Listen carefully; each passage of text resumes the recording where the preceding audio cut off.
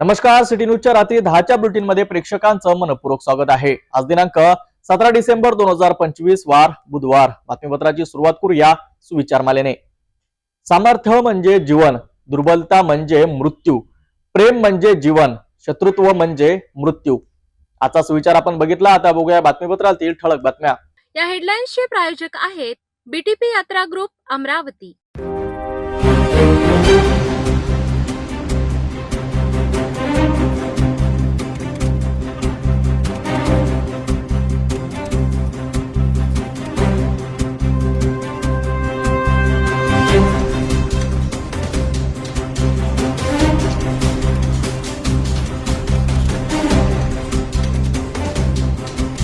ठळक बातम्या बघितल्या। आता घेऊया एक छोटासा ब्रेक। शादी और ब्याह की शुरुआत आराधना साड़ी के साथ। Aradhana wholesale shopping mall L2 Bijland complex Nandgaon Peth Amravati Jawahar road Amravati. Break नंतर बघूया सविस्तर बातम्या। अमरावती महानगरपालिकेच्या सार्वत्रिक निवडणूक 2025 संदर्भात आज एक महत्त्वपूर्ण पत्रकार परिषद पार पडली। महानगरपालिका आयुक्त सौम्या शर्मा चांडक यांच्या अध्यक्षतेखाली आयोजित या पत्रकार परिषदेत निवडणूक प्रक्रियेबाबत सविस्तर माहिती देण्यात आली। मतदार यादी, निवडणूक अधिकारी, मतदान व मतमोजणीच्या तारखांबाबत प्रशासनाने अधिकृत घोषणा केली आहे। पाहूया सविस्तर रिपोर्टमध्ये। अमरावती महानगरपालिका सार्वत्रिक निवडणूक 2025 संदर्भात अमरावती महानगरपालिकेत 17 डिसेंबर 2025 रोजी पत्रकार परिषद घेण्यात आली। या पत्रकार परिषदेला महानगरपालिका आयुक्त सौम्य शर्मा चांडक यांनी संबोधित केले। राज्य निवडणूक आयोगाच्या आदेशानुसार 1 जुलै 2025 रोजी अस्तित्वात असलेल्या विधानसभा मतदार यादीनुसार अमरावती महानगरपालिकेच्या 22 प्रभागांसाठी प्रारूप मतदार यादी तयार करण्यात आली होती।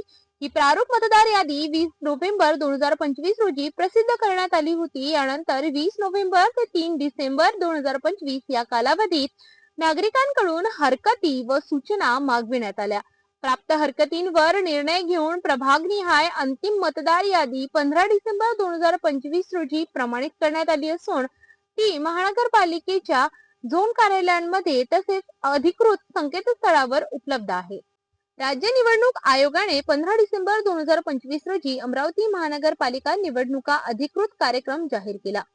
या निवडणुकीसाठी एकूण 7 निवडणूक निर्णय अधिकाऱ्यांची नियुक्ती करण्यात आली असून त्यांची कार्यालये विविध झोन व प्रभागांमध्ये कार्यरत असतील। अंतिम मतदार यादीनुसार अमरावती महानगरपालिकेत एकूण 6,77,180 मतदार असून त्यामध्ये 3,37,935 महिला, 3,39,177 पुरुष आणि 68 इतर मतदारांचा समावेश आहे। मतदारांनी आपले नाव मतदार यादीत शोधण्यासाठी राज्य निवडणूक आयोगाने mahasekvoterlist.in हे संकेतस्थळ उपलब्ध करून दिले आहे। निवडणूक 15 जानेवारी 2026 रोजी होणार असून मतमोजणी 16 जानेवारी 2026 रोजी स्पोर्ट्स कॉम्प्लेक्स नवसारी अमरावती येथे पार पडणार आहे। या पत्रकार परिषदेला अतिरिक्त आयुक्त शिल्पा नाईक, उपायुक्त योगेश पिठे, जनसंपर्क अधिकारी भूषण पुसतकर, सहाय्यक निवडणूक अधिकारी अक्षय निलंगे यांच्यासह मोठ्या संख्येने पत्रकार उपस्थित होते। राज्य निवडणूक आयोगाच्या आदेशाप्रमाणे प्रेस कॉन्फरन्स प्रमाणे महानगरपालिका अमरावतीच्या आमच्या राज्याची इतर 29 महानगरपालिकांसोबत निवडणूकचा कार्यक्रम जाहीर करण्यात आलेला आहे आणि त्याचप्रमाणे अमरावती महानगरपालिकामध्ये निवडणूकची पूर्ण प्रक्रिया आणि त्याची तयारी सुरू करण्यात आली आहे। त्याच पार्श्वभूमीवर आज इथे एक प्रेस कॉन्फरन्स आयोजित केलेली आहे। इथे आपल्या सर्वांना अमरावती शहराचे महानगरपालिका निवडणूक विषयक सूचना थेट देता येईल। सर्वप्रथम आपला जे कार्यक्रम आहे ते 15 डिसेंबर रोजीला जाहीर करण्यात आला आहे आणि तेव्हापासून आदर्श आचारसंहिता पण लागू झालेली आहे। याची आदर्श आचारसंहिता याची अंमलबजावणी आपण तेव्हापासूनच सुरू केली आहे। सगळी बॅनर होर्डिंग काढणे आणि इतर जे कार्यालय आहे ते आपण सुरू केलेली आहे। त्याच्यानंतर आपला जर महानगरपालिकाबद्दल आपण विचारला तर मतदार यादी जी आहे ते जे 1 जुलै 2025 रोजी जे विधानसभाची यादी होती त्याच यादीप्रमाणे आपली मतदार यादी तयार करण्यात आलेली आहे। या यादीमध्ये नाव डिलिशन, एडिशन ही जे विषय आहे ते राज्य निवडणूक आयोगाच्या नसल्यामुळे फक्त नाव एक ठिकाणी दुसऱ्या ठिकाणला शिफ्ट आपण करण्याचा आपल्याकडे अधिकार आहे. म्हणजे ज्या लोकांनी त्यांचे नाव समावेश आहे आणि त्या नावाला एक ठिकाणी दुसऱ्या ठिकाणला शिफ्ट करायचा होता किंवा समजा प्रभाग निहाय मतदार यादीचं विभाजन करताना समजा एका व्यक्तीचे नाव चुकीने दुसऱ्या ठिकाणला आले, ऐसा करेक्शन इथे अपेक्षित होती. ही करेक्शनसाठी आपण आपले प्रत्येक प्रभाग निहाय टीम गठीत केली होती. या टीम मध्ये इंजिनियर होते आणि त्याच्यासोबत इतर आपले 2 स्तराचे अधिकारी लोक होते. यांनी प्रत्यक्ष पाहणी करून आपल्याकडे जेवढी ऍप्लिकेशन प्राप्त होती, जवळपास 950 आपल्याकडे अर्ज प्राप्त होते. प्रत्येक ऍप्लिकेशनची अर्जदार सोबत प्रत्यक्ष पाहणी करून चेक केलेला आहे आणि जिथे जिथे ऍक्च्युअल त्रुटी आढळण्यास आली तर ते आपल्या स्तरावर त्याचं निवारण करण्यात आलेलं आहे. आणि त्याचप्रमाणे फायनल मतदार यादी आपली अपलोड झाली आहे आणि ते फायनल आता करण्यात आलेली आहे. त्याच पार्श्वभूमीवर आपला महानगरपालिकाची निवडणूक आहे, याच्यासाठी एकूण प्रभाग 22 आहे आणि टोटल 87 सदस्य आहे. यामध्ये प्रत्येक प्रभाग 4 सदस्य आहे. प्रभाग क्रमांक 9 वडाली SRPF जे आहे ते 3 सदस्य प्रभाग असा ठेवला आहे. त्याच्यानंतर यामध्ये जर रिझर्वेशन बद्दल विचारला तर अनुसूचित जातीची एकूण 15 अशी सीट्स आहेत, त्यापैकी 8 महिला. अनुसूचित जमातीसाठी 2, त्यापैकी 1 महिला. OBC रिझर्वेशन साठी टोटल 23 अशी सीट्स, त्यापैकी 12 महिला. सर्वसाधारण 47 सीट्स, त्यापैकी 23 महिला असा आहे. या रिझर्वेशनची पूर्ण प्रक्रिया आपल्या सर्वांच्या समोर इथे आपल्या महानगरपालिकाच्या हॉलला घेण्यात आलेली आहे आणि ते पण निश्चित करण्यात आलेली आहे. त्याच्यानंतर आपला जे 22 प्रभाग आहे, या 22 प्रभागाला आपण 7 रिटर्निंग ऑफिसरच्या अंतर्गत वाटप केले आहे. ही 7 आपले जे प्रभाग आहे ते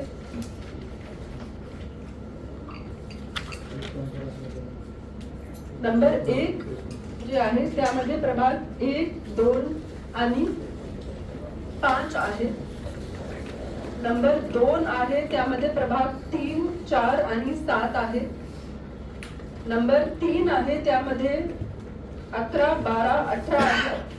नंबर 4 आहे त्यामध्ये 8, 9, 10 आहे. नंबर 5 मध्ये 6, 13 आणि 17 आहे. नंबर 6 मध्ये 14, 15 आणि 16 आहे आणि नंबर 7 मध्ये 19, 20, 21, 22 असे विभाजन करण्यात आला आहे. म्हणून प्रत्येक झोन रिटर्निंग ऑफिसर कडे साधारणतः 3 प्रभाग आहे, परंतु बडनेरा जे आपला झोन आहे त्यामध्ये 4 प्रभागाचा समावेश आहे. या सगळे आपला जे झोन आहे, जे 7 आपण वाटप केलेले झोन आहे, या प्रत्येक झोन मध्ये एक रिटर्निंग ऑफिसर जे उपजिल्हाधिकारी दर्जाचे अधिकारी आहे, जे आम्हाला विभागीय आयुक्त कार्यालय मार्फत जे अधिकारी भेटले आहे, असे आपल्याकडे इथे 8 उपजिल्हाधिकारी संवर्गाचे अधिकारी आलेले आहे. त्यापैकी 7 रिटर्निंग ऑफिसर आणि 1 आपले आदर्श संहिता जे आदर्श आचारसंहिता आहे त्याचे नोडल प्रमुख असे आपण ठेवले आहे. त्याच्या सोबत आपले प्रत्येक RO रिटर्निंग ऑफिसर सोबत 3 ARO असिस्टंट रिटर्निंग ऑफिसर राहणार आहे. असिस्टंट रिटर्निंग ऑफिसर 1 जे आहे ते तहसीलदार दर्जाचे अधिकारी आहे. हे पण आपला 7 आम्हाला असे ARO 1 भेटले आहे विभागीय आयुक्त कार्यालयाकडून.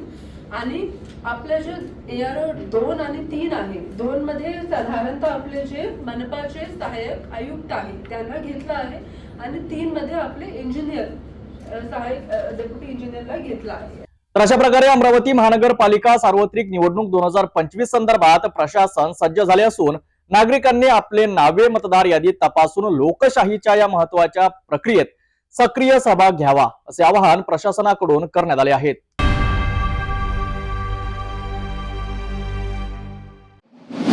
महानगरपालिका निवडणुकीच्या पार्श्वभूमीवर अमरावतीच्या राजकारणात मोठी हालचाल पाहायला मिळत आहे. युवा सन्मान पक्षाचे अध्यक्ष आणि आमदार रवी राणा यांनी आगामी निवडणुकीसंदर्भात महत्वपूर्ण वक्तव्य केले आहे. भाजप आणि शिवसेनेसह युती करून निवडणूक लढवणार असल्याचं राणा यांनी स्पष्ट केलं आहे. युवा स्वाभिमान पार्टी, भारतीय जनता पार्टी आणि शिवसेना एकत्र महायुती लढणार आहे. त्या ठिकाणी मोठ्या प्रमाणात युवा स्वाभिमान पार्टीकडे जवळपास 468 उमेदवारी अर्ज केलेले. मोठ्या प्रमाणात या ठिकाणी उमेदवारी संदर्भात अनेक कार्यकर्त्यांची मागणी आहे. उद्यापासून युवा स्वाभिमान पार्टी कार्यालयामध्ये सगळ्यांची इंटरव्ह्यू आहे. त्याच्या 21 लोकांची कोर कमिटी बसेल आणि येणाऱ्या 4-5 दिवसामध्ये आमचा पक्षाचा सर्वेसुद्धा आम्ही केलेला आहे. त्या सर्वेचा सुद्धा रिपोर्ट येणार आहे. त्याच्यानंतर त्या ठिकाणी उमेदवारी ज्या वाटप होईल त्या वाटपेनुसार त्या ठिकाणी आम्ही उमेदवार प्रभागामध्ये देऊ. ज्या ठिकाणी 10 उमेदवार एका प्रभागामध्ये एका गटामध्ये मागत आहे त्या 9 लोकांना समजवणं हे सुद्धा एक कसरत आहे. म्हणून त्या ठिकाणी जास्तीत जास्त त्या ठिकाणी सगळे मागणारे जे उमेदवार आहेत ते थांबले पाहिजे आणि एक मतानं एका उमेदवाराला सगळे निवडून दिलं पाहिजे असा महायुतीचा फॉर्म्युला राहील. त्यावर आम्ही काम करू. युवा सन्मान पार्टीचे किती उमेदवार आहेत चालू आहे. त्याच्यावर आता ज्याची ताकद जिथं जास्त राहील, भारतीय जनता पार्टीची ताकद जिथं जास्त आहे, ज्या ठिकाणी शिवसेनेची ताकद आहे, ज्या ठिकाणी युवा स्वाभिमान पार्टीची ताकद आहे, ज्याची ताकद जिथे जास्त राहील तो उमेदवार देऊ. आम्हाला भारतीय जनता पार्टीचा महापौर बनवायचा आहे. युवा स्वाभिमान, भाजप आणि शिवसेनेच्या संभाव्य युतीमुळे महानगरपालिका निवडणुकीत रंगत वाढण्याची चिन्ह आहेत. आता सर्वांचं लक्ष लागलं आहे की कोर कमिटीच्या सर्वेक्षण अहवालाकडे आणि उमेदवारी वाटपाकडे.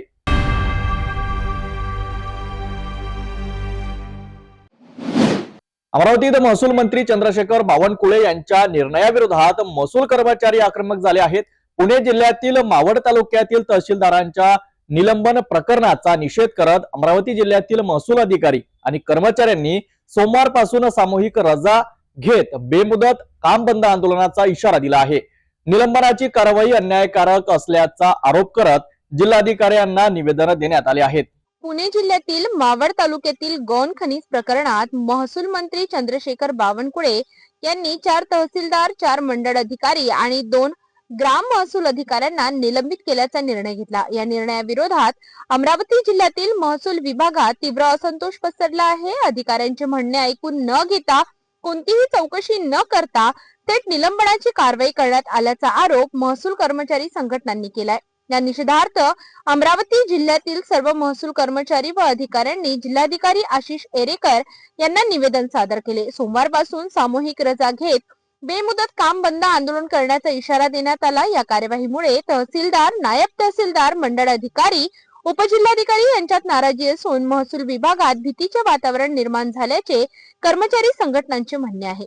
निलंबित अधिकाऱ्यांवर करण्यात आलेली कार्यवाही तात्काळ रद्द करून त्यांना पूर्वपदावर पदस्थापना द्यावी अशी मागणी महसूल कर्मचारी व अधिकाऱ्यांच्या संघटनेने महसूल मंत्र्यांकडे केली आहे.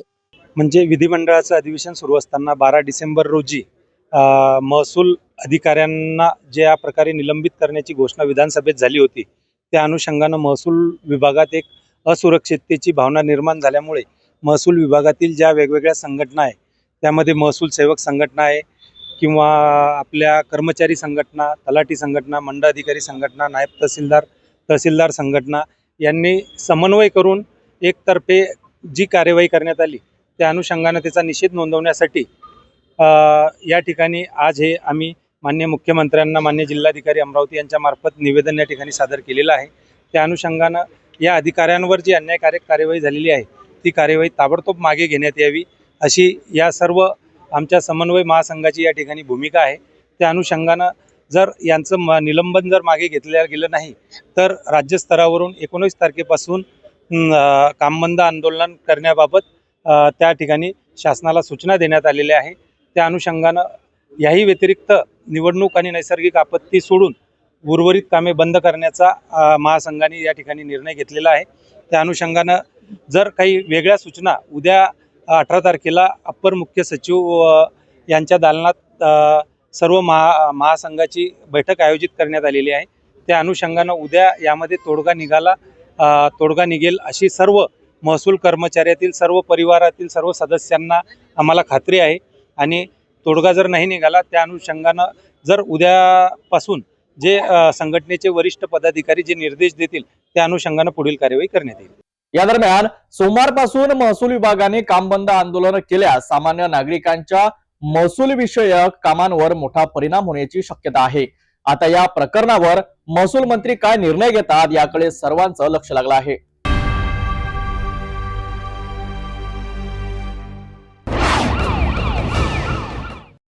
सतरा डिसेंबर रोजी अंजनगाव सुर्जी पोलीस स्टेशन येथे दुचाकी चोरीची तक्रार दाखल झाली होती.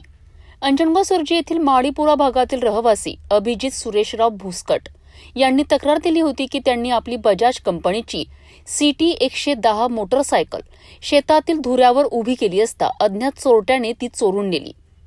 या गुन्ह्याची गंभीर दखल घेत अमरावती ग्रामीण पोलीस अधीक्षक विशाल आनंद यांनी जिल्ह्यातील मोटरसायकल चोरीचे गुन्हे उघड करण्याचे आदेश स्थानिक गुन्हे शाखेला दिले. त्यानुसार स्थानिक गुन्हे शाखेच्या पथकाने तांत्रिक पुरावे व गुप्त बातमीदाराच्या माहितीनुसार तपास सुरू केला. या दरम्यान आरोपी अर्जुन इंगडे राहणार खोडगाव हा चोरीची दुचाकी घेऊन अंजनगाव रोड परिसरात उभा असल्याची खात्रीशीर माहिती मिळाली. पोलिसांनी तात्काळ छापा टाकत आरोपीस ताब्यात घेतले. त्याच्याकडून एकूण 3 मोटरसायकल जप्त करण्यात आल्या असून त्यांची एकूण किंमत सुमारे 1,20,000 रुपये इतकी आहे. जप्त दुचाकींमध्ये Bajaj CT 110, Hero Splendor plus आणि TVS स्पोर्ट्स या मोटरसायकलचा समावेश आहे. या तपासादरम्यान आरोपीने पथरोड येथील आणखी एक दुचाकी चोरीची कबुली दिली असून त्यामुळे एकूण 3 गुन्हे उघडकीस आले आहेत. हा आरोपी व जप्त मुद्देमाल पुढील तपासाकरिता अंजनगाव सुर्जी पोलीस स्टेशनकडे सुपूर्द करण्यात आला आहे.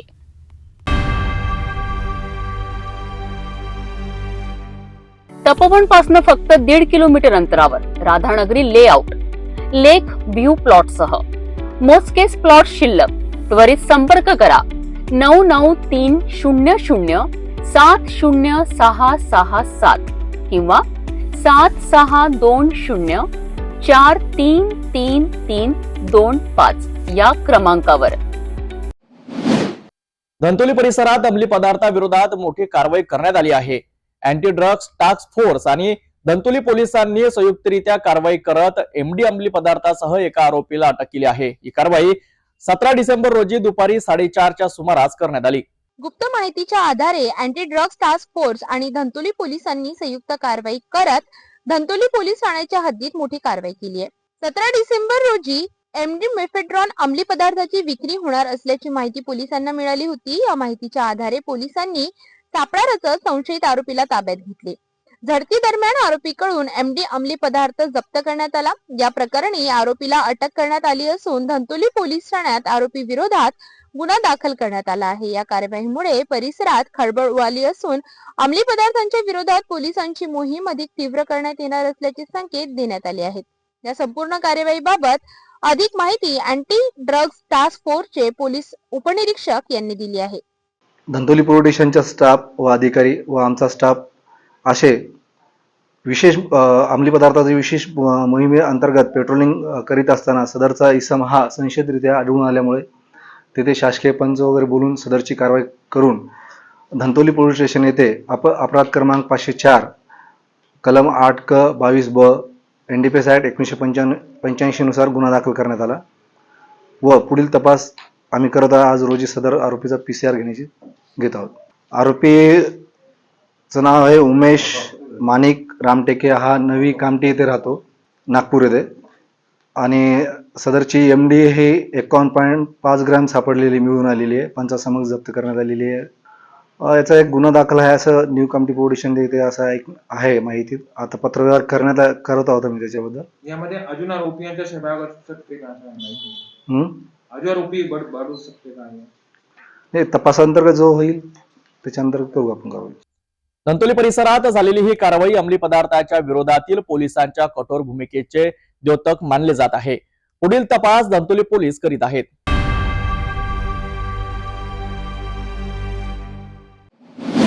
नागपूर शहरात चोरट्यांनी पुन्हा एकदा पोलिसांच्या सुरक्षेला आव्हान दिलं आहे. कोतवाली पोलीस स्टेशन हद्दीतील रामकुलर चौक परिसरात असलेल्या श्रद्धा फरसान दुकानात अज्ञात आरोपीने घुसखोरी करत लाखोंचा मुद्देमाल लंपास केल्याची धक्कादायक घटना समोर आली आहे. नेमकं काय घडलं पाहूया सविस्तर रिपोर्टमध्ये. कोतवाली पोलीस स्टेशनच्या हद्दीत येणाऱ्या राम कुलर चौक परिसरात असलेल्या श्रद्धा फरसान या दुकानात अज्ञात आरोपीने मध्यरात्रीच्या सुमारास चोरी केल्याची घटना उघडकीस आली आहे. हे दुकान रोहित कश्यप यांच्या मालकीचे असल्याची माहिती आहे. अज्ञात चोरट्याने दुकानाचे शटर उघडून आत प्रवेश केला आणि दुकानातील रोख रक्कम तसेच इतर मौल्यवान साहित्य असा लाखोंचा मुद्देमाल लंपास केल्याचे सांगण्यात येत आहे. विशेष म्हणजे ज्या परिसरात ही घटना घडली त्या ठिकाणचे आजूबाजूचे सीसीटीव्ही कॅमेरे बंद असल्याचे तसेच स्ट्रीट लाईट देखील बंद असल्याची माहिती समोर येत आहे. त्यामुळे परिसरात सुरक्षा व्यवस्थेवर प्रश्नचिन्ह निर्माण झाले आहेत. मात्र दुकानाच्या आत लावलेल्या सीसीटीव्ही कॅमेऱ्यात चोरीची संपूर्ण घटना कैद झाली असून या फुटेजच्या आधारे पोलीस आरोपीचा शोध घेत आहे. घटनेची माहिती मिळताच कोतवाली पोलीस घटनास्थळी दाखल झाली असून त्यांनी पंचनामा करून गुन्हा नोंद केलाय. तसेच या घटनेचा पुढील तपास त्यांनी सुरू केलाय. या घटनेमुळे व्यापाऱ्यांमध्ये भीतीचं वातावरण निर्माण झालंय. नागपूरमध्ये वाढत्या चोरीच्या घटनांमुळे नागरिक आणि व्यापारी वर्गात चिंतेचं वातावरण आहे. या प्रकरणात पोलीस लवकरच आरोपीला अटक करतात का याकडे आता सर्वांचं लक्ष लागलं आहे.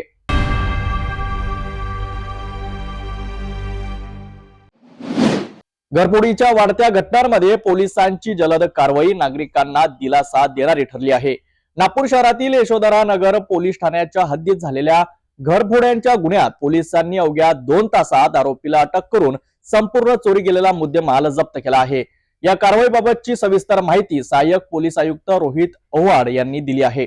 17 डिसेंबर रोजी सायंकाळच्या सुमारास यशोधरा नगर पोलीस ठाण्यात घरफोडीची तक्रार दाखल होताच पोलिसांनी तात्काळ तपास सुरू केला. घटनास्थळावरील माहिती, तांत्रिक विश्लेषण आणि गुप्त माहितीच्या आधारे पोलिसांनी संशयित आरोपीचा शोध घेत अवघ्या 2 तासात त्याला ताब्यात घेतले. आरोपीकडून घरफोडीत चोरी गेलेला संपूर्ण मुद्देमाल जप्त करण्यात आला आहे. या प्रकरणी आरोपी विरुद्ध गुन्हा दाखल करण्यात आला असून पुढील तपास सुरू असल्याची माहिती सहाय्यक पोलीस आयुक्त रोहित ओव्हाड यांनी दिली. पोलिसांच्या जलद आणि प्रभावी कारवाईमुळे नागरिकांमध्ये समाधान व्यक्त होत आहे. दिनांक 16/12/2025 रोजी यशवंतनगर पोलीस स्टेशन अंतर्गत अपराध क्रमांक 904/2025 रोजी फिर्यादी नितीन झाडे राहणारा प्रवेश नगर यांनी पोलीस स्टेशनला येऊन फिर्याद दिली की 14 डिसेंबर 2025 रोजी मी वर्धा हिंगणघाट इथे माझ्या कुटुंबासह राहण्यास गेलो होतो आणि 16 तारखेला ज्या दिवशी मी घरी आलो तर माझं घरातलं कुलूप तोडलं होतं. घरातून मुद्देमाल 9,50,000 रुपये कॅश आणि इतर सोनं साधारण 1,15,000 चोरीला गेलं. अज्ञात आरोपी विरुद्ध त्यांनी गुन्हा फिर्याद दिली होती. त्यानंतर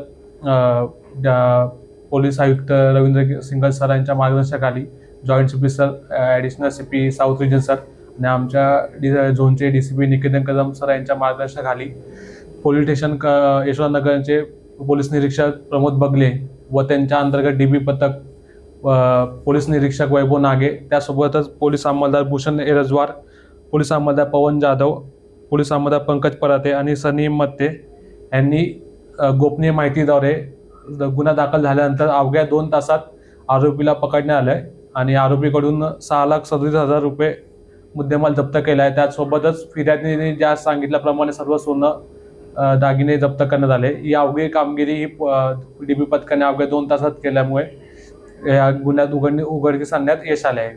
अवघ्या 2 तासात गुन्ह्याचा छडा लावत आरोपीला अटक करणाऱ्या यशोधरा पोलीस ठाण्याच्या या कामगिरीचे सर्वत्र कौतुक होत आहे.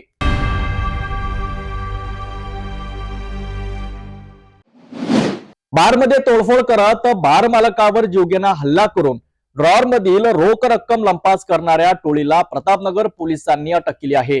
या प्रकरणात तब्बल 10 आरोपींना अटक करण्यात आली असून ज्यामध्ये एक कुख्यात गुन्हेगारांचाही समावेश असल्याची माहिती प्रतापनगर पोलीस ठाण्याचे वरिष्ठ पोलीस निरीक्षक पंकज बोंडसे यांनी दिली आहे. नेमकं काय हे प्रकरण पाहूया सविस्तर रिपोर्टमध्ये.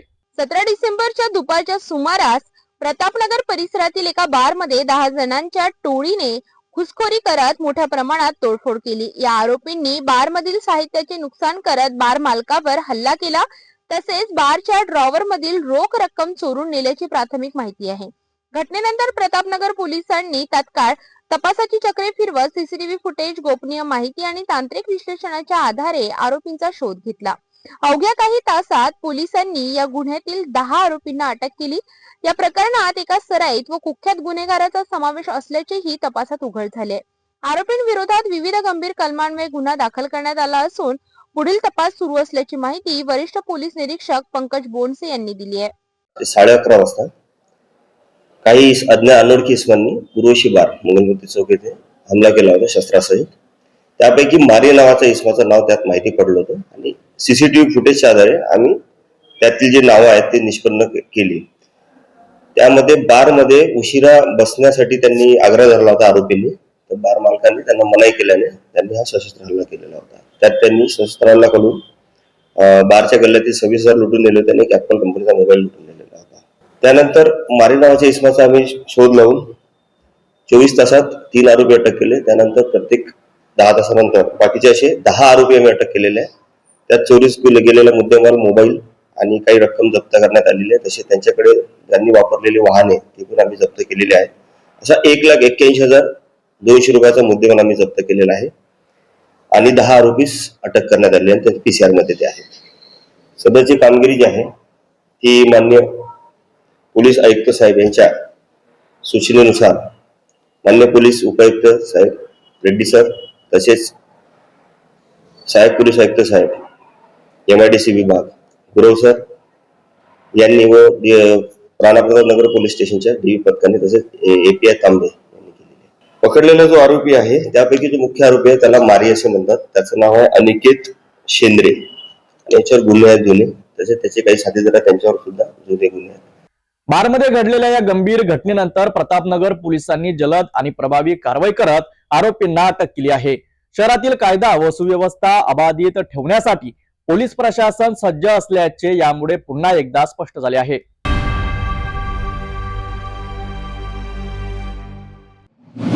नांदेड जिल्ह्यातील माहूर तालुक्यात विज्ञानाची गोडी विद्यार्थ्यांमध्ये रुजवणारा उपक्रम आज उत्साहात पार पडला. पंचायत समितीच्या वतीने श्री जगदंबा विद्यालयात तालुकास्तरीय विज्ञान प्रदर्शनीचे आयोजन करण्यात आले होते. विद्यार्थ्यांच्या नाविन्यपूर्ण संकल्पना, विज्ञानावर आधारित आकर्षक मॉडेल्स आणि तज्ञांचे मार्गदर्शन यामुळे हे प्रदर्शन विशेष ठरले. पंचायत समितीच्या वतीने माहूर येथील जगदंबा विद्यालयात तालुकास्तरीय विज्ञान प्रदर्शनी मोठ्या उत्साहात पार पडली. या विज्ञान प्रदर्शनाचे उद्घाटन तहसीलदार अभिजित जगताप यांच्या हस्ते करण्यात आले. कार्यक्रमाच्या अध्यक्षस्थानी जयकुमार भोपी हे होते. यावेळी प्रमुख पाहुणे म्हणून गट शिक्षणाधिकारी संतोष शेटकार, विस्तार अधिकारी गंगाधर बिस्मार, पोलीस निरीक्षक देवीदास चोपडे, राजकुमार भोपी, विस्तार अधिकारी संग्राम कांबळे, विनोद सुरोशे तथा पत्रकार बांधव उपस्थित होते. मार्गदर्शन करताना तहसीलदार अभिजित जगताप यांनी विज्ञान समजून घेणे आजच्या काळात अत्यंत गरजेचे असल्याचे सांगितले. विज्ञानाच्या मूलतत्वांचा अभ्यास केल्यास अंधश्रद्धा, फसवणूक यांना आळा बसतो आणि समाजाचे होणारे नुकसान टाळता येते असे त्यांनी स्पष्ट केले. गट शिक्षणाधिकारी संतोष शेटकर यांनी आपण रोज ते जगतो तेच विज्ञान आहे. घडणारी एखादी वस्तू का घडते हे समजून घेणे म्हणजेच विज्ञान असे सांगत विज्ञान प्रदर्शनीच्या आयोजनाचे महत्त्व विशद केले. शिक्षण विस्तार अधिकारी गंगाधर बिरंवार यांनीही विद्यार्थ्यांना विज्ञानातील संधी आणि नवकल्पनांबाबत मार्गदर्शन केले. या प्रदर्शनात विद्यार्थ्यांनी शाश्वत शेती, हरित ऊर्जा, कचरा व्यवस्थापन, प्लास्टिक बंदी, पर्यावरण संवर्धन, पाणी बचत अशा विविध विषयांवरील आकर्षक मॉडेल्स आणि प्रकल्प सादर करून सर्वांचे लक्ष वेधून घेतले. या कार्यक्रमाचे यशस्वी आयोजन सर्व शिक्षक आणि शिक्षकेतर कर्मचाऱ्यांच्या सहकार्याने पार पडले. विद्यार्थ्यांमध्ये वैज्ञानिक दृष्टिकोन निर्माण करणारे असे उपक्रम भविष्यातील सक्षम आणि विचारशील पिढी घडविण्यासाठी नक्कीच उपयुक्त ठरणार आहेत. माहूर मधील या विज्ञान प्रदर्शनीने विद्यार्थ्यांच्या कल्पनेला नवी दिशा दिली आहे.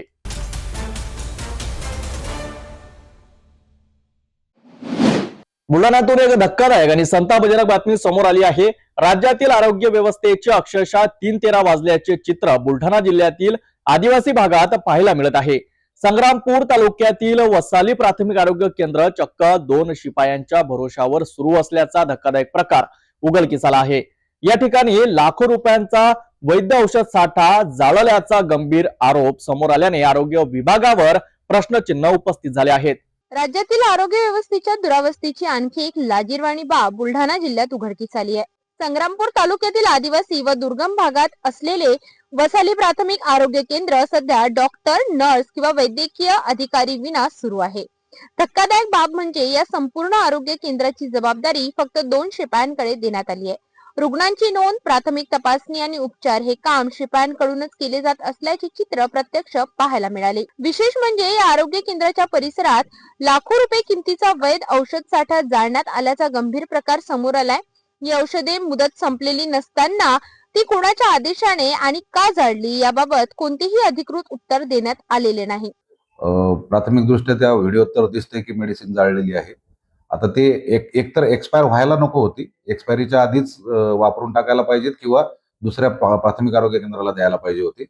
आणि बगर एक्सपायर झालेली पण मेडिसिन जाळल्याचं बातमीमध्ये आहे. या दोन्ही गोष्टीची आपण सखोल चौकशीचे आदेश दिलेले आहेत. चौकशी अंती त्याच्यामध्ये जो कोणी दोषी असेल त्याच्यावर डेफिनेटली कारवाई केली जाईल. दुसरं सांगायचं म्हणजे हे आउटसोर्सिंगचा स्टाफ आहे, नवीन स्टाफ आहे, यांना तेवढं नॉलेज नाहीये.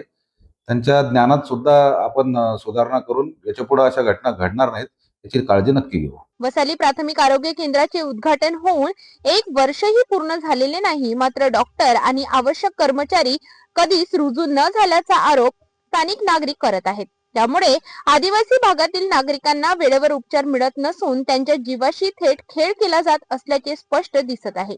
प्रशासनाशी संपर्क साधण्याचा प्रयत्न केला असता आरोग्य केंद्रांवर कोणताही वैद्यकीय अधिकारी उपस्थित नसल्याची कबुली देण्यात आली आहे. महत्त्वाचे म्हणजे हे प्रकरण केंद्रीय आरोग्य राज्यमंत्री प्रतापराव जाधव यांच्या जिल्ह्यातील आहे. त्यामुळे आरोग्य विभागाची जबाबदारी अधिक वाढते. या संपूर्ण प्रकरणाची उच्चस्तरीय चौकशी करून दोषींवर कठोर कारवाई करावी अशी मागणी स्थानिक नागरिक आणि सामाजिक संघटनांकडून जोर धरत आहे.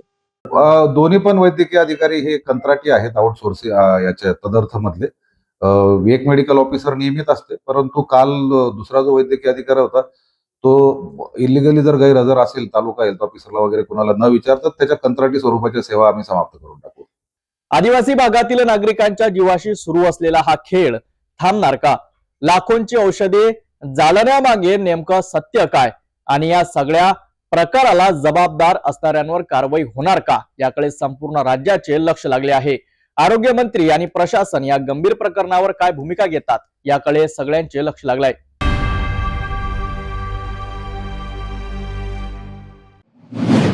यवतमाळ नगर परिषद निवडणुकी दरम्यान एक गंभीर आणि संवेदनशील मुद्दा समोर आला आहे. भाजप शिंदे गटाची शिवसेना आणि काँग्रेसकडून मतदानाचे छायाचित्र असलेल्या वोटर स्लिपमध्ये वितरित केल्या जात असल्याचा आरोप होत आहे. या प्रकारामुळे मतदारांच्या वैयक्तिक माहितीच्या सुरक्षेचा प्रश्न उपस्थित झाला असून शिवसेना उभाटा गटाने याला थेट आक्षेप घेतला आहे. नेमकं काय आहे प्रकरण पाहूया सविस्तर रिपोर्टमध्ये. यवतमाळ नगरपालिका निवडणुकीच्या पार्श्वभूमीवर काँग्रेस, भाजप आणि शिंदे गटाच्या शिवसेनेकडून मतदारांचे छायाचित्र असलेल्या वोटर स्लिप्स वितरित केल्या जात असल्याचे समोर आले आहे. या स्लिप्सवर केवळ मतदारांची माहितीच नाही तर संबंधित उमेदवारांचे प्रचार छायाचित्र देखील छापलेले असल्याचा आरोप आहे. शिवसेना उभाटा गटाने या प्रकारावर तीव्र नाराजी व्यक्त करत हा प्रकार डिजिटल वैयक्तिक डेटा संरक्षण कायद्याचे उल्लंघन करत असल्याचे म्हटले आहे. उभाटा गटाचे संपर्क प्रमुख राजेंद्र गायकवाड यांनी सांगितले की मतदारांच्या छायाचित्रांचा गैरवापर होण्याची शक्यता नाकारता येत नाही. तसेच अशा प्रकारे मतदारांची वैयक्तिक माहिती वापरणे हे अत्यंत धोकादायक आहे. तरीही अशा अनधिकृत ऍप्स आणि वोटर स्लिप्स खुलेआम वाटल्या जात असताना निवडणूक यंत्रणा कोणतीही कार्यवाही का करत नाही असा प्रश्नही त्यांनी उपस्थित केलाय. या संपूर्ण प्रकाराबाबत निवडणूक निर्णय अधिकारी यांच्याकडे औपचारिक तक्रार केली जाणार असल्याचे उभाटा गटाकडून स्पष्ट करण्यात आले आहे. यवतमाळ नगरपालिकेच्या नगराध्यक्षाच्या निवडणुकी संदर्भात आणि इतर नगरसेवक निवडणुकी संदर्भात ज्या वोटर स्लिप वाटायचा जो विषय असतो तो वोटर स्लिपचा विषय असा की निवडणूक आयोगाने त्यांच्या फोटोसहित मतदारांचं वोटर स्लिप वाटणं हे निवडणूक आयोगाचं काम आहे आणि ते करत असतं. परंतु आम्हाला असं कळलं आहे की काँग्रेस, शिवसेना आणि शिंदे सेना हे फोटोचं वोटर स्लिप वाटण्याचं काम करत असल्याचं आम्हाला काही ठिकाणी आढळलं आहे आणि ते गैरकायदेशीर आहे. याची रीतसर तक्रार आम्ही इथल्या निवडणूक निर्णय अधिकाऱ्याकडे करणार आहे. कोण्या पक्षाकडनं वाटप? भारतीय जनता पार्टीतर्फे वाटप होत असल्याचं आम्हाला आढळलं आणि नंतर आम्हाला माहिती घेतली असता आम्हाला इतर काँग्रेस आणि शिंदे सेनासुद्धा अशा प्रकारचं वाटप करत असल्याचं दिसत आहे. इथल्या निवडणूक निर्णय मुख्य अधिकाऱ्याकडे ही तक्रार करणार आणि ते कारवाईची मागणी करणार. एकीकडे पारदर्शक आणि निष्पक्ष निवडणुकीच्या घोषणा केल्या जात असताना दुसरीकडे मतदारांच्या वैयक्तिक माहितीच्या सुरक्षेवरच प्रश्नचिन्ह निर्माण होत आहे. या प्रकरणावर निवडणूक आयोग काय भूमिका घेतो आणि कारवाई होते का याकडे सर्वांचं लक्ष लागलंय.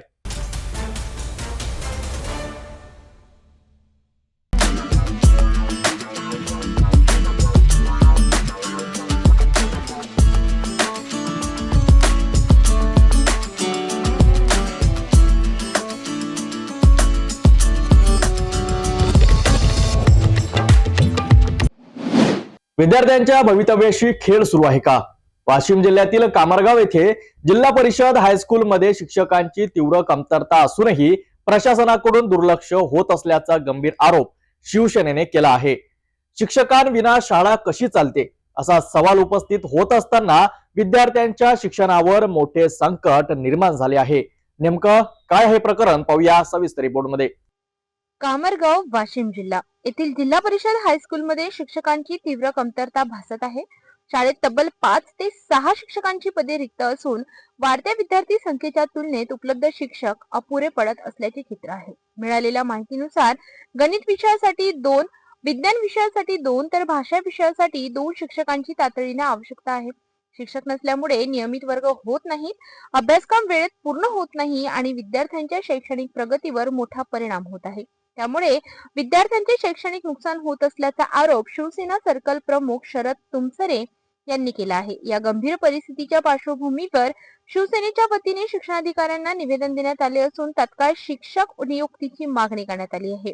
शासन गुणवत्तापूर्ण शिक्षणाच्या गप्पा मारते, मात्र प्रत्यक्षात शिक्षकांविना शाळा कशा चालतात याकडे दुर्लक्ष होत आहे. असा थेट राजकीय टोला लगावत वेळीच निर्णय न घेतल्यास जन आंदोलनाचा इशारा येथील शिवसेनेकडून देण्यात आला आहे. एकीकडे शिक्षण हक्क कायद्याच्या गप्पा तर दुसरीकडे शिक्षकाविना चालणाऱ्या शाळा. कामरगावच्या या शाळेतील विद्यार्थ्यांच्या भवितव्याची जबाबदारी प्रशासन घेणार का, की शिवसेनेचा इशारा प्रत्यक्ष आंदोलनात उतरणार, याकडे आता सर्वांचं लक्ष लागलं आहे.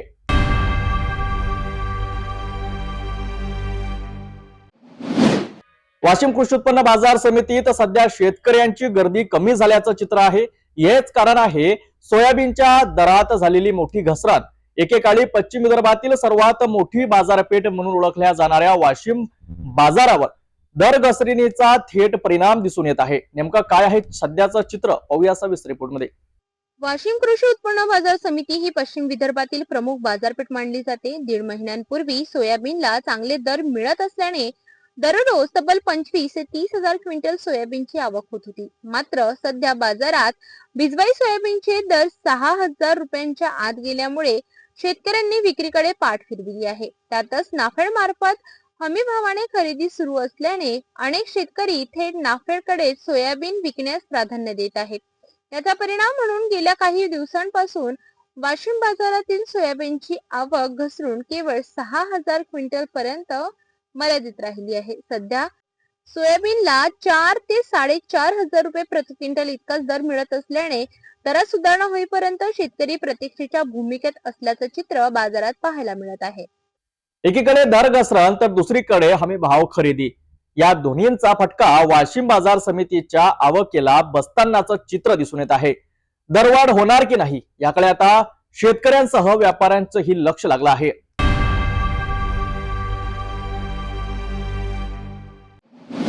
वाशिम जिल्ह्यातून एक अत्यंत गंभीर आणि धक्कादायक बातमी समोर येत आहे. स्फोटक साहित्याच्या प्रकरणात वाशिम पोलिसांनी मोठी कारवाई करत तब्बल 1,77,000 रुपयाचे डेटोनेटर जप्त केले आहेत. 3 महिन्यांपूर्वी चोरी गेलेला हा स्फोटक साठा शेत शिवारात लपवून ठेवण्यात आल्याची माहिती पुढे आली असून या प्रकरणात 4 आरोपींना अटक करण्यात आली आहे. गुप्त माहितीच्या आधारे वाशिम येथील स्थानिक गुन्हे शाखेने मोठी आणि धाडसी कारवाई केली आहे.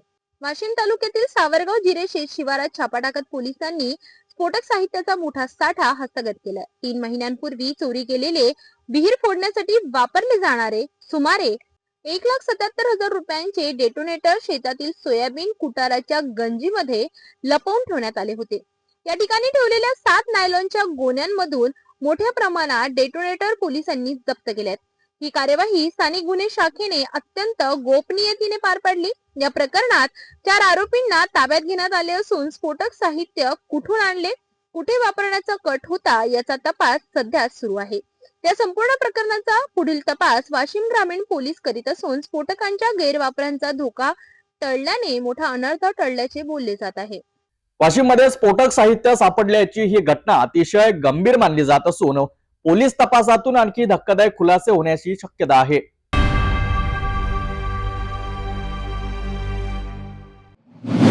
वाशिम जिल्ह्यातील ग्रामपंचायत निवडणुकीबाबत मोठी आणि महत्वाची बातमी समोर येत आहे. जिल्ह्यातील तब्बल 163 ग्रामपंचायतीच्या निवडणुकीवर सध्या टांगती तलवार आहे. जिल्हा परिषद आणि पंचायत समिती निवडणुका प्रलंबित असल्यामुळे प्रशासनाची यंत्रणा तिथेच अडकली असून याचा थेट परिणाम ग्रामपंचायत निवडणुकीवर होताना दिसत आहे. जानेवारी महिन्यात अनेक ग्रामपंचायतींचा कार्यकाळ संपत असताना निवडणूक कार्यक्रम अद्यापही जाहीर न झाल्याने ग्रामस्थांमध्ये संभ्रमाचं वातावरण निर्माण झालं आहे. वाशिम जिल्ह्यातील ग्रामपंचायत निवडणुकांबाबत सध्या अनिश्चिततेचे वातावरण आहे. जिल्हा परिषद आणि पंचायत समिती निवडणुका अद्याप प्रलंबित असल्याने प्रशासनाची संपूर्ण यंत्रणा त्या प्रक्रियेत गुंतलेली आहे. याच कारणामुळे जिल्ह्यातील 163 ग्रामपंचायतींच्या निवडणूक प्रक्रियेला विलंब होण्याची शक्यता निर्माण झाली आहे. जिल्ह्यातील बहुतांश ग्रामपंचायतींचा कार्यकाळ जानेवारी महिन्यात संपत असून निवडणूक आयोगाकडून अद्याप कोणतीही अनधिकृत निवडणूक कार्यक्रम जाहीर करण्यात आलेला नाही. निवडणुका वेळेत न झाल्यास संबंधित ग्रामपंचायतींवर प्रशासक नेमण्याचा पर्याय प्रशासनासमोर खुला राहणार आहे. त्यामुळे लोकनियुक्त प्रतिनिधींऐवजी प्रशासकीय कारभार सुरू होण्याची शक्यता असून यावर ग्रामस्थांमध्ये नाराजी व्यक्त केली जात आहे. ग्रामपंचायत ही ग्रामीण विकासाची मूलभूत संस्था असल्याने वेळेत निवडणुका होणे आवश्यक असल्याची मागणी आता जोर धरू लागली आहे. आता निवडणूक आयोग काय निर्णय घेतो याकडे संपूर्ण वाशिम जिल्ह्याचं लक्ष लागून आहे. तर वाशिम जिल्ह्यातील 163 ग्रामपंचायतीच्या निवडणुकीबाबतचा संभ्रम अजूनही कायम आहे. वेळेत निवडणुका होतील की प्रशासक नेमले जाणार हे येत्या काही दिवसात स्पष्ट होईल.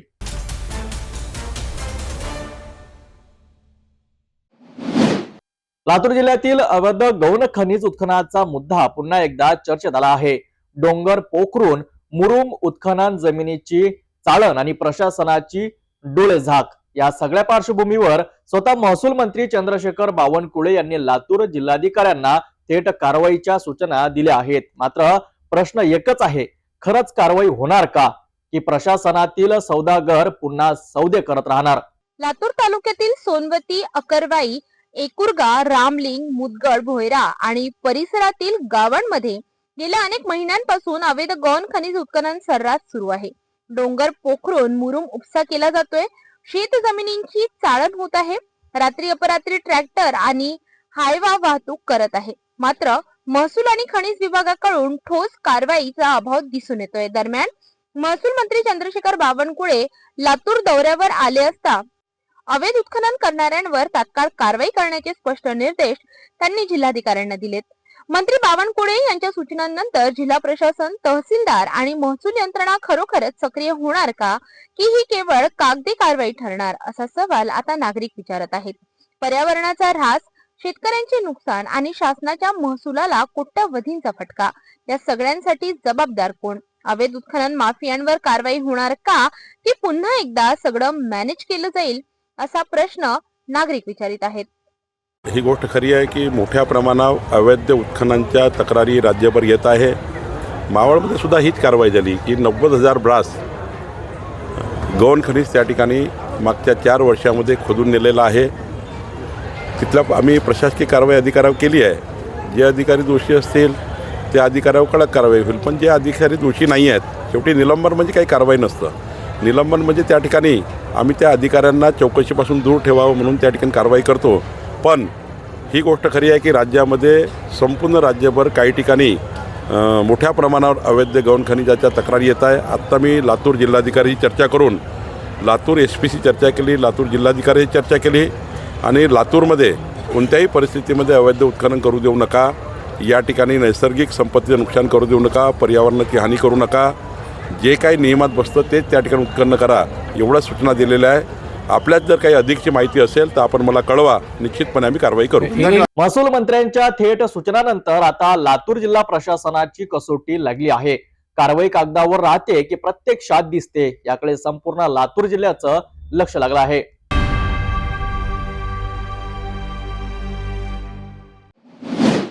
लातूर जिल्ह्यातील चाकूर तालुक्यातील वडवळ नागनाथ येथील प्रवाशांसाठी एक दिलासादायक बातमी आहे. वडवळ नागनाथ ते लातूर मुक्काम अशी नवीन बस सेवा सुरू करण्यात आली असून यामुळे ग्रामीण भागातील नागरिकांचा प्रवास आता अधिक सोयीस्कर आणि सुरक्षित होणार आहे. लातूर जिल्ह्यातील चाकूर तालुक्यातील वडवळ नागनाथ येथे लातूर मुक्काम बस सेवेचा शुभारंभ करण्यात आलाय. ही बस सेवा दुपारी 1:30 वाजता लातूर येथून सुटणार असून शासकीय महाविद्यालय 12 नंतर पाटी, जगडपूर, लिंबडवाडी मार्गे प्रवास करत पुन्हा लातूर येथे येणार आहे. त्यानंतर ही बस रात्री 8 वाजता वडवड नागनाथ येथे मुक्कामी पोहोचणार आहे. या बस सेवेचा लाभ विद्यार्थ्यांसह शेतकरी, कामगार आणि सामान्य नागरिकांना मोठ्या प्रमाणात होणार आहे. प्रवाशांनी अधिकाधिक बसने प्रवास करावा जेणेकरून नागरिकांची सोय होईल, तसेच बसचे उत्पन्नही वाढेल असे आवाहन करण्यात आले. ही बस सेवा पूर्णपणे सुरक्षित असून प्रवाशांसाठी अत्यंत उपयुक्त ठरणार आहे. ही बस सेवा सुरू होण्यासाठी लातूर जिल्ह्याचे विभाग नियंत्रण अधिकारी अश्वजित जानराव, विभागीय वाहतूक अधिकारी संदीप पडवळ, वाहतूक निरीक्षक प्रकाश मिरजकर यांचे मोलाचे सहकार्य लाभले. या प्रसंगी गावाचे उपसरपंच बालाजी गदगे तसेच अनेक ग्रामस्थ मोठ्या संख्येने उपस्थित होते. वडवड नागनाथ परिसरातील नागरिकांसाठी ही बस सेवा निश्चितच एक महत्त्वाचा टप्पा ठरणार आहे. सुरक्षित आणि सोयीस्कर प्रवाशांसाठी नागरिकांनी या सेवेचा लाभ घ्यावा असे आवाहन करण्यात आले आहे.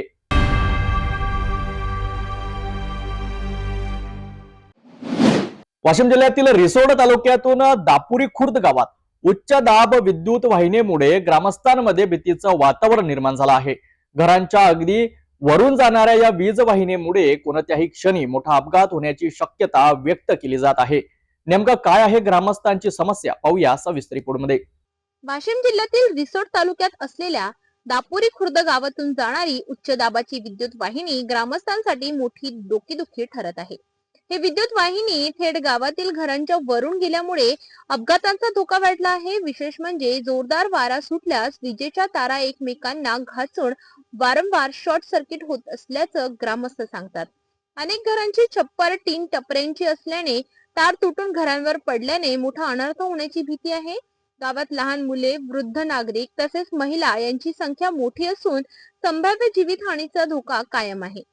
याआधीही काही ठिकाणी ठिणग्या उडण्याचे प्रकार घडले असून सुदैवाने आतापर्यंत जीवितहानी टळली आहे. मात्र कोणतीही दुर्घटना घडण्याआधीच महावितरण विभागाने तात्काळ दखल घेऊन ही उच्चदाब विद्युत वाहिनी स्थलांतरित करावी अशी ठाम मागणी ग्रामस्थांनी केली आहे. जोपर्यंत योग्य उपाययोजना होत नाही तोपर्यंत गावकऱ्यांमध्ये भीतीचं वातावरण कायम आहे.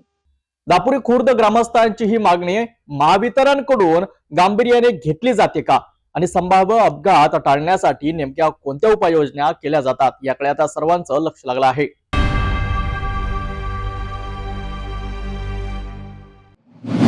दावडा गावात एक गंभीर आणि धोकादायक प्रकार समोर आला आहे. घराच्या छतावरून जाणारी वीज वाहिनी कोणत्याही क्षणी जीवघेणा अपघात घडू शकते. महावितरणाच्या डीपी क्रमांक 14 वरील ही वीज तार तात्काळ हटविण्याची मागणी आता जोर धरू लागली आहे. नेमकं प्रकरण काय, पाहूया सविस्तर रिपोर्टमध्ये. भोकरदन तालुक्यातील धावडा गावात महावितरणच्या निष्काळजीपणामुळे मोठा धोका निर्माण झालाय.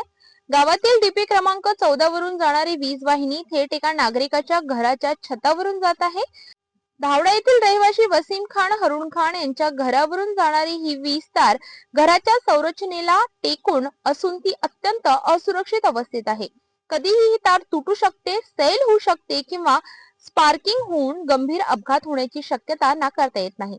या घरात कौटुंबिय वास्तव्यात असून परिसरात लहान मुलांची वर्दळ नेहमीच असते, त्यामुळे नागरिकांमध्ये भीतीचे वातावरण पसरले आहे. विशेषतः पावसाळा, वादळी वारे आणि नैसर्गिक आपत्तीच्या काळात ही वीज वाहिनी कोसळल्यास मोठा अनर्थ घडू शकतो अशी गंभीर बाब निवेदनात नमूद करण्यात आली आहे.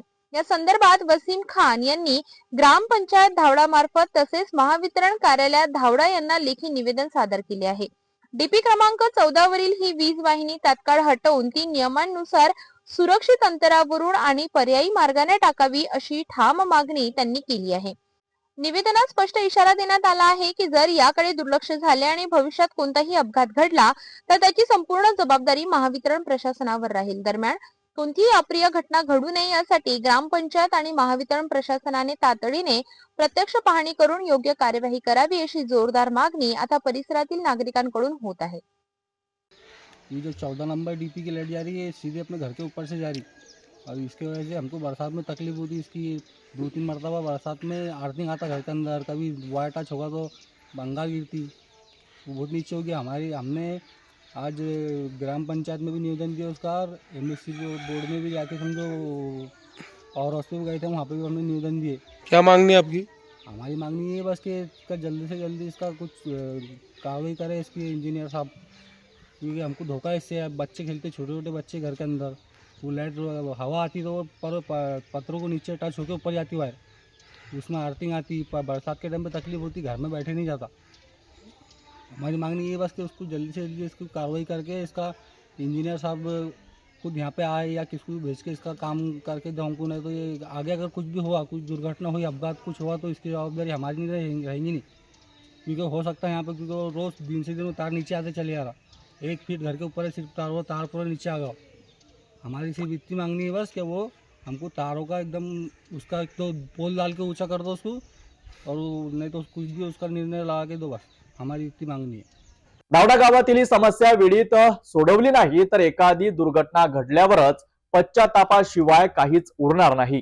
महावितरण प्रशासन या गंभीर प्रकाराकडे कधी लक्ष देणार हा प्रश्न आता ग्रामस्थ विचारत आहेत।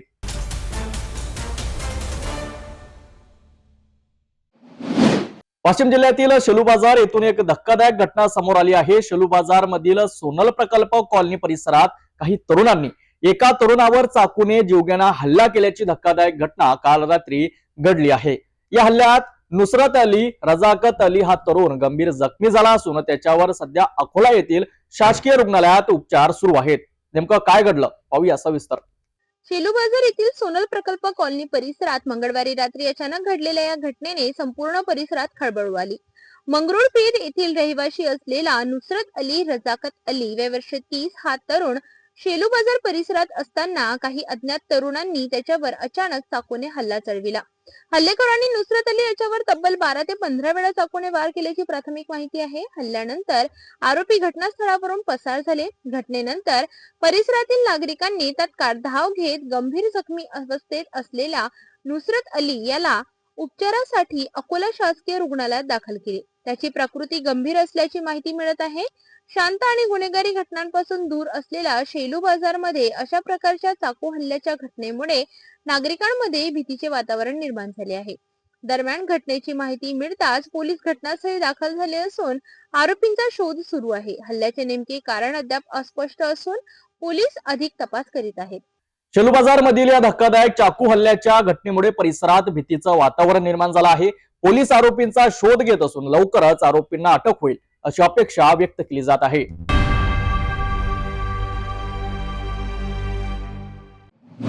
राज्यात एकीकडे सरकार सर्वसामान्यांच्या न्यायासाठी कटिबद्ध असल्याचे सांगत असताना दुसरीकडे मात्र ग्रामीण भागात सामान्य कार्यकर्त्याला न्यायासाठी थेट आमरण उपोषणाचा मार्ग पत्करावा लागत असल्याचे चित्र समोर येत आहे।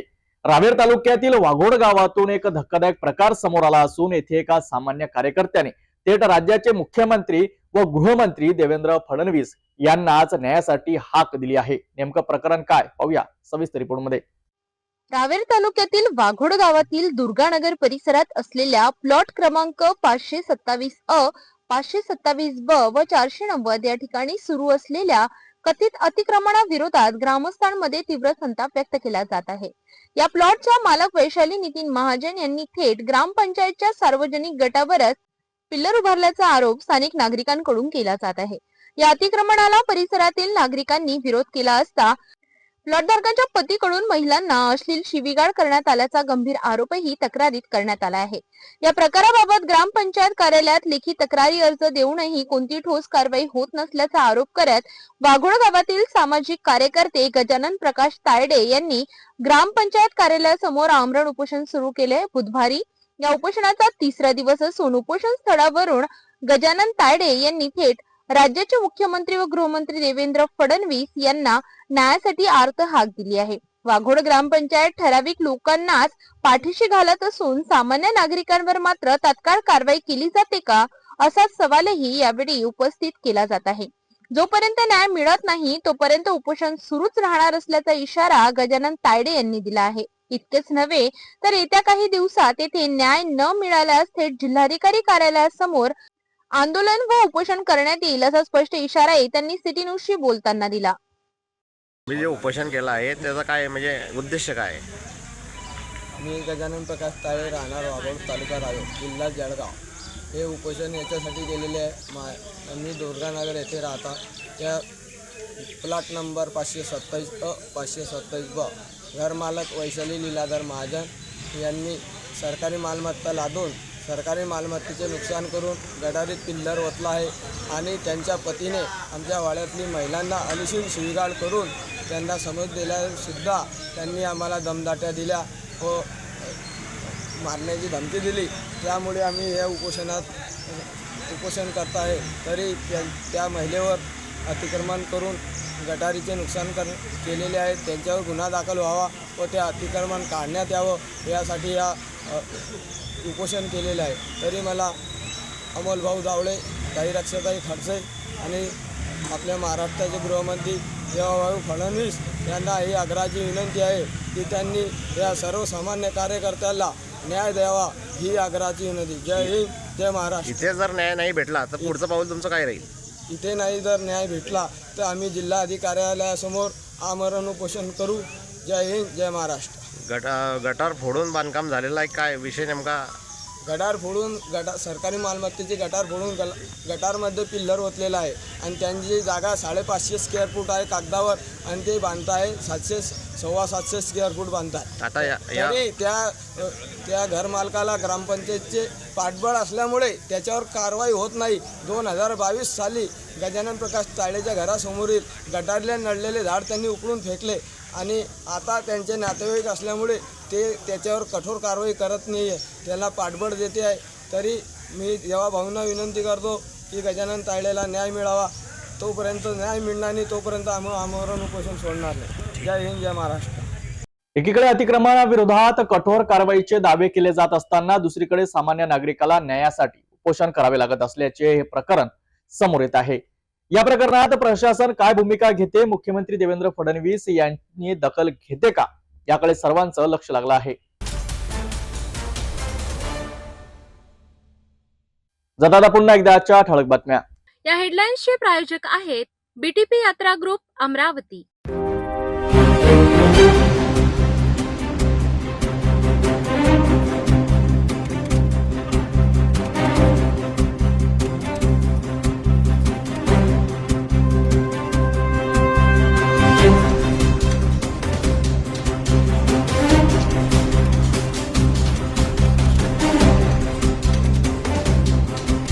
आपण आता सिटी न्यूज चॅनल आपल्या टीव्हीवर सुद्धा बघू शकता. यामध्ये next channel number 117, Jio channel number 872, JTBL channel number 73, Fastway channel number 256 वर बघू शकाल. आता अमरावती जिल्ह्यानंतर विदर्भ आणि महाराष्ट्राचे दर्शक घर बसल्या आपल्या केबल टीव्हीवर सिटी न्यूज बातमी पाहू शकाल. यात Chhatrapati Sambhajinagar next set box number 14, Yavatmal set box number 12, Washim set box number 26, Nanded set box number 17, Mahur set box number 07, Akola RRC set box number 899 वर, Bhandara next set box number 122, तर Chandrapur next set box number 117 वर बघू शकाल. लवकरच आम्ही आपल्यापर्यंत पोहोचणार आहोत. जर आपल्या टीव्हीवर सिटी न्यूज चॅनल दिसत नसेल तर आपण आपल्या केबल ऑपरेटरशी संपर्क साधावा आणि आपण सिटी न्यूज केबलच्या व्यतिरिक्त युट्यूब, फेसबुक, इंस्टाग्राम आणि ट्विटरवर सुद्धा बघू शकता. याकरिता सोशल मीडिया अकाउंट सबस्क्राईब करा, फॉलो करा, लाईक करा. युट्यूब अकाउंट सबस्क्राईब करण्याकरिता सबस्क्राईब बटनला क्लिक करा आणि बेल आयकॉन दाबायला विसरू नका, कारण सर्वात आधी समाचार आपल्यापर्यंत पोहोचणार आहेत. तसेच सिटी न्यूजचे फेसबुक पेज लाईक करा, इंस्टाग्राम आणि ट्विटर हँडल फॉलो करा. आपण व्हॉट्सअपवर सूचना देऊन सुद्धा न्यूज प्राप्त करू शकता. व्हॉट्सअप नंबर खाली स्क्रीनवर येत आहे. ही बातमी तर एवढ्यावरच थांबूया. पुन्हा भेटून घडामोडी सोबत. नमस्कार. हर खबर पर पैनी नजर, हर मुद्दे पर सटीक वार, यही है सिटी न्यूज की पहचान. जहाँ सच्चाई की आवाज दबाई जाती है वहाँ सिटी न्यूज उठाता है सवाल. हर स्क्रीन पर, हर प्लेटफॉर्म पर हमारी मौजूदगी बोलती है. सिटी न्यूज हमेशा सच के साथ.